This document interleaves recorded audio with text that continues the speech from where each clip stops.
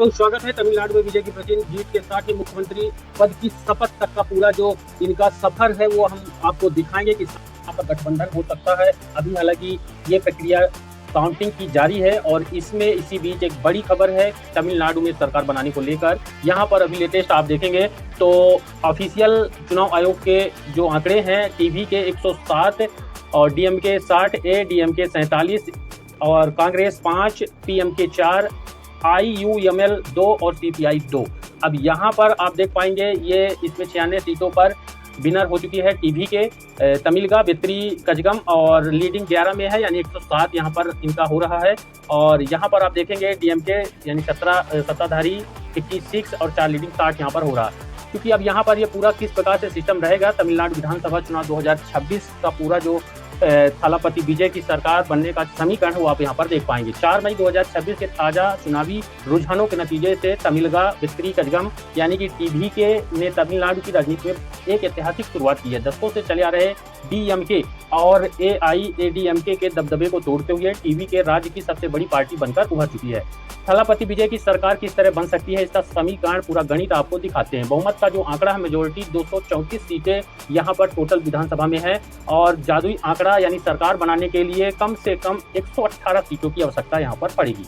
वर्तमान रुझान के अनुसार टीवी के 100 से अधिक लगभग 104 से 108 सीटों पर आगे चल रही है, जैसे कि ऊपर दिखा 107 सीट पर है और 96 यहाँ पर विनर हो चुकी है। हालांकि ये सबसे बड़ी पार्टी है, लेकिन 118 के स्पष्ट बहुमत से थोड़ा पीछे नजर आ रही है। त्रिशंकु विधानसभा की स्थिति यहाँ पर बन रही है। अब टीवी के सरकार बनाने के दो मुख्य रास्ते हैं, क्योंकि विजय की पार्टी बहुमत के आंकड़े से बेहद करीब है, इसलिए निम्नलिखित तरीकों से सरकार बनाएगी। टीवी के सरकार बनाने के दो मुख्य रास्ते, क्योंकि यहाँ पर आप देखेंगे जिसमें पहला जो निर्दलीय और छोटे दलों का समर्थन, जिसमें 118 का आंकड़ा छूने के लिए केवल 10 से 15 अतिरिक्त विधायकों की इनको आवश्यकता है। छोटे क्षेत्रीय दलों और निर्दलीय उम्मीदवारों को बाहर से समर्थन हासिल करके आसानी से बहुमत साबित कर सकते हैं। यह सबसे संभावित विकल्प है, क्योंकि इससे विजय की पार्टी को अपनी विचारधारा के साथ बहुत अधिक समझौता नहीं करना पड़ेगा। हालांकि कांग्रेस ने समर्थन के लिए पहले ही यहाँ पर टीवी को बता दिया था कि हम समर्थन करेंगे। अब एआईएडीएमके के साथ चुनाव के बाद जो गठबंधन है, जिसमें पोस्ट पोल अलायंस सत्ताधारी डीएमके को सत्ता से बाहर रखने के लिए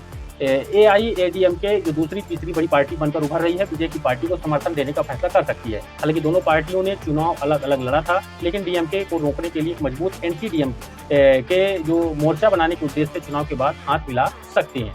अब जो यहाँ पर जानने योग्य बातें हैं, जिसमें सबसे बड़ी पार्टी टीवी ने अपने पहले ही चुनाव में डीएमके स्टालिन की पार्टी को पीछे छोड़ दिया है। विजय की जीत, जिसमें थालापति विजय खुद पेरम्बूर और त्रिची ईस्ट दोनों निर्वाचन क्षेत्रों से शानदार जीत की ओर बढ़ चुके हैं और किंग मेकर से किंग तक बन चुके हैं। कई एग्जिट पोल ने विजय को किंग मेकर बताया, लेकिन ताजा नतीजों ने उन्हें सीधा मुख्यमंत्री पद का सबसे बड़ा दावेदार बना दिया है और उम्मीद है कि यही मुख्यमंत्री बनेंगे और यही मुख्यमंत्री की शपथ लेंगे।